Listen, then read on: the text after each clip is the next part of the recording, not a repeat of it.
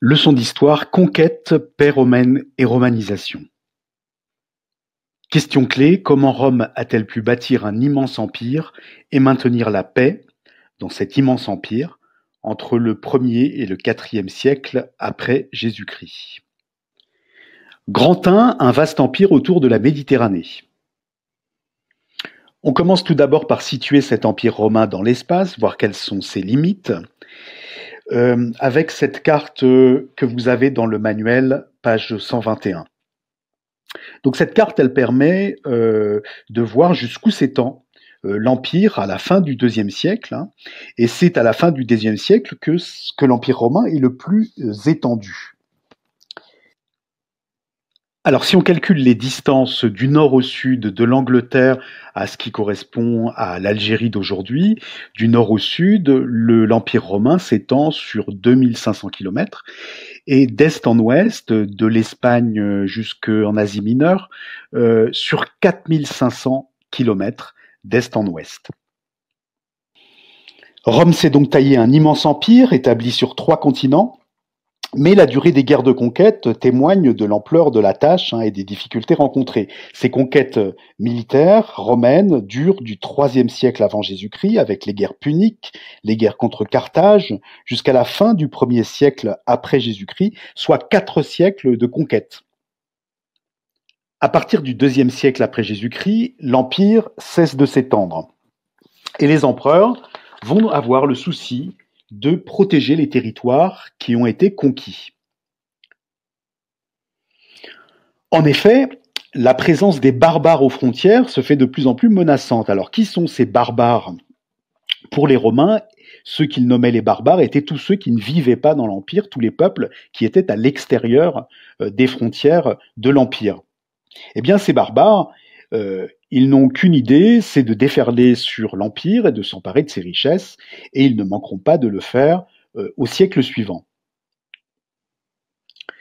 Et pour contrer cette menace des barbares qui rêvent de déferler sur l'Empire et de s'emparer de ses richesses, eh bien, les empereurs décident de fortifier les limites de leur territoire en créant le lime. Donc le lime, ce sont les frontières fortifiées que j'ai entourées en rouge là.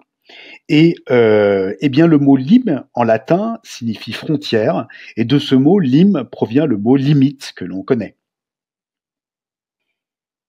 Dans cet ensemble fortifié, les territoires soumis sont transformés en provinces.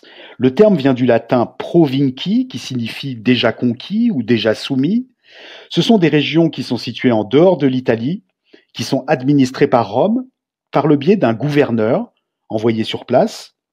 Donc ce sont l'Espagne, la Cyrénaïque, la Libye actuelle, l'Égypte, encore l'Asie, la Gaule par exemple, la Grèce aussi.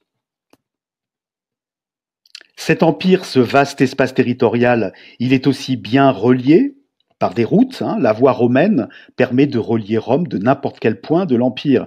Et l'expression « tous les chemins mènent à Rome » vient de cette idée, trouve son origine dans cette idée des routes romaines qui menaient à Rome. La mer Méditerranée joue aussi un rôle important dans le contrôle de ce grand ensemble territorial. Et vous avez sur cette carte les routes maritimes tracées en bleu qui permettaient de relier aussi n'importe quel point de l'Empire pour les légions, pour l'envoi de légions, de troupes, ou pour le commerce bien sûr. Cette mosaïque du port d'Ostie, le port de Rome, cette mosaïque a été trouvée dans une maison d'Ostie, montre aussi le rôle de la mer Méditerranée dans ce très grand espace territorial. Elle représente en fait un navire marchand de Narbonne, Navi Narbonenses. En fait, il s'agit d'un bateau appartenant à des propriétaires de la ville de Narbonne en Gaule. On voit aussi une machine de levage pour charger et décharger les marchandises. Finalement, que nous apprend cette mosaïque? Eh bien, elle nous apprend que des marchands de Narbonne, cette ville du sud de la Gaule, se rendaient fréquemment à Rome par bateau pour y vendre leurs amphores de vin ou d'autres produits gaulois. Cette autre fresque nous montre le déchargement du blé à Ostie.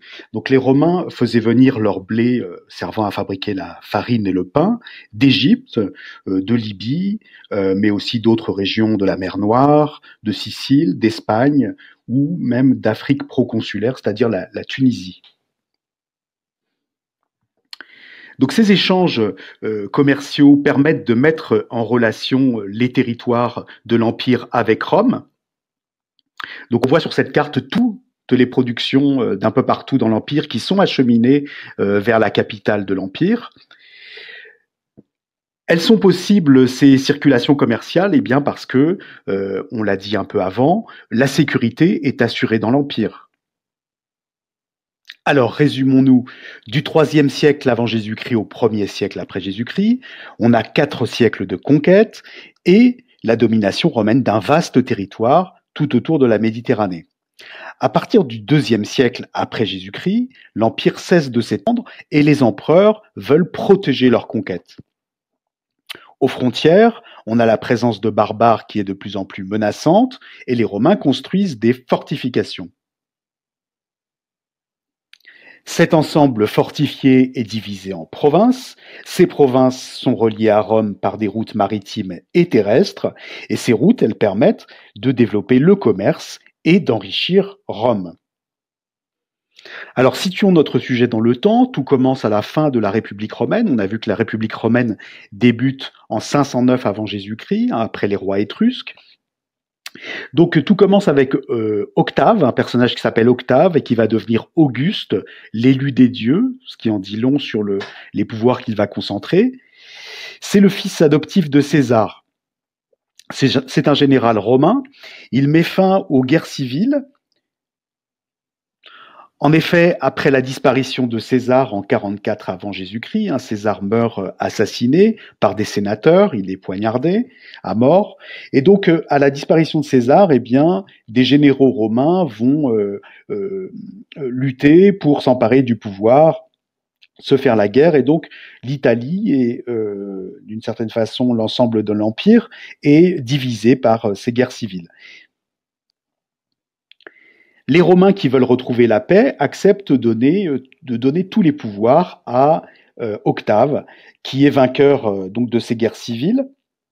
Et Octave, qui devient Auguste, élu des dieux, c'est un titre qui lui est donné par les sénateurs, instaure un régime politique qui s'appelle l'Empire. Donc il met fin à la République. Qu'est-ce que ça veut dire l'Empire ? C'est un régime politique où Auguste va concentrer tous les pouvoirs. Donc, en quelque sorte, l'Empire, c'est un genre de monarchie. Alors, d'où vient le mot empire ? Il vient du latin imperator, qui veut dire général victorieux. Donc, Auguste va régner en tant que premier empereur de 27 avant Jésus-Christ jusqu'en 14 après Jésus-Christ. La période que nous étudions est une période de paix et de prospérité pour l'Empire.